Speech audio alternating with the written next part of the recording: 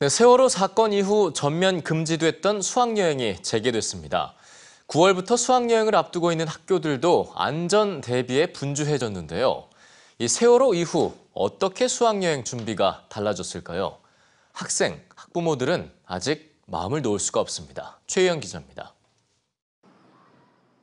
수학여행을 앞둔 서울의 한 중학교.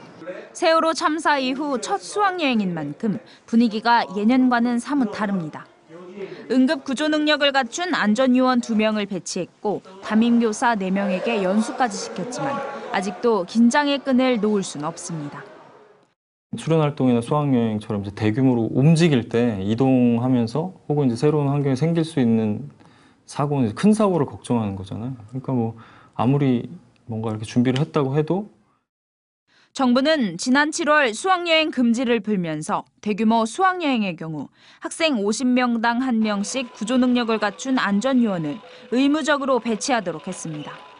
하지만 현장에선 여전히 두려움을 떨치지 못하겠다는 반응입니다. 안전요원 교육이 시작된 7월, 8월 2달 동안 약 3,400명이나 되는 안전요원이 대량으로 배출되면서 안전요원의 전문성에 의문이 제기되기 때문입니다. 안전요원은 대부분 주말 이틀, 14시간 교육을 받으면 자격이 주어지는데 아이들 안전을 맡기기엔 규정이 너무 느슨하다는 겁니다. 게다가 문제가 발생되면 조치를 취하거나 결정을 할 수 있는 법적 권한도 제한돼 있어 실제 위험 상황에선 대응 능력이 떨어질 수밖에 없습니다. 공공기관 소방안전관리자라는 사람들 그런 자격이 있는데 거기도 40시간의 교육을 실습을 받습니다.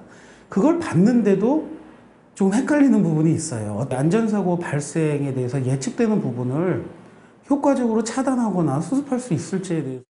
또 체험학습과 관련된 현장 고민을 들어주고 수학여행 관련 인프라를 지원해주는 수학여행 지원단도 턱없이 부족한 실정입니다. 17개 시도 교육청 중 단 3개만 신설된 상태입니다. 그러니까 결제가 아직 안 나가지고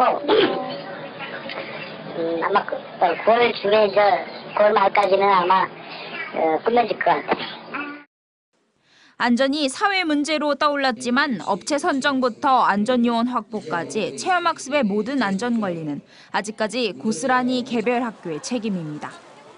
학교의 안전에 대한 교육과 또 사후 대책 부분까지 모두 다 학교장과 학교에 부담이 돼 있습니다. 제대로 된 준비 없이 규제만 늘려놓은 수학여행 안전정책 때문에 학교 현장은 부담에 불안감마저 이중으로 떠안게 됐습니다. EBS 뉴스 최희연입니다. 네, 상황이 이렇다 보니까 이제는 아이들과 교사들까지 직접 나서서 스스로 안전 수칙을 배워두려는 움직임이 일고 있는데요. 하지만 보다 근본적인 처방을 위해선 안전교육 인프라 마련이 시급하다는 목소리가 높아지고 있습니다. 계속해서 이윤영 기자의 보도입니다.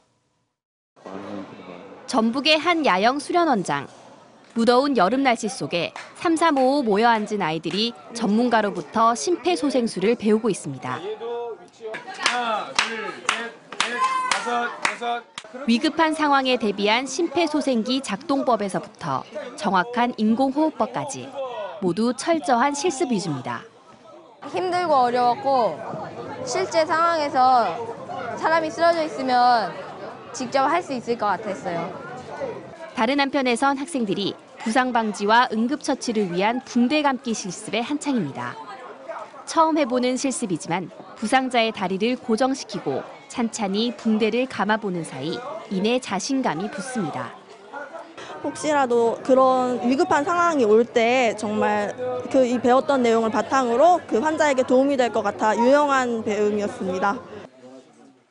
아이들의 안전 지도를 위해 방학도 있고 열심인 건 교사들 역시 마찬가지입니다. 각종 야외 활동에서 유용하게 활용할 수 있는 나침반 사용법을 배우기도 하고 일단 방향지선을 목표물에 정하고 또 링을 돌려서 각도를 맞춰주시면 되겠습니다. 긴박한 상황에 대비한 다양한 매듭법까지 배웁니다. 이 안전교육을 받으면서 몰랐던 부분도 많이 깨우치게 되고 실제로 나가면은 어떤 위급상이 되면은 제가 실제로 유용하게 쓸 수 있는 그런 좋은 기회가 될 것 같습니다. 네. 세월호 참사 이후 안전교육에 대한 현장의 요구가 높아지는 가운데 스스로 안전수칙을 배우려는 학생과 교사들이 늘고 있습니다. 정부가 내놓은 안전정책들의 실효성 문제가 계속되면서 위기 상황에 대처하는 법을 각자 익혀두려는 겁니다. 응급처치라든가 어떤 생활안전이라든가 이런 거를 몸소 체험하는 교육이 산교육이라 생각합니다. 그래서 그런 교육을 학생들이 직접 실습을 해보고 친구들과 그런 좋은 경험을 나눔으로써 자기 주변에 안전에 대해서 어떤 문제가 발생했을 때 충분히 대처할 수 있는 능력을 키울. 하지만 전문가들은 보다 근본적인 처방을 위해선 제대로 된 안전교육 시스템을 갖추는 것이 우선이라고 강조합니다. 당장의 안전요원 배치에 급급하기보다 교사들의 안전 연수를 강화하고 학교 안전교육 시스템을 마련하는 등 학생 안전에 실질적으로 도움이 되는 방안을 마련해야 한다는 겁니다. EBS 뉴스 이윤영입니다.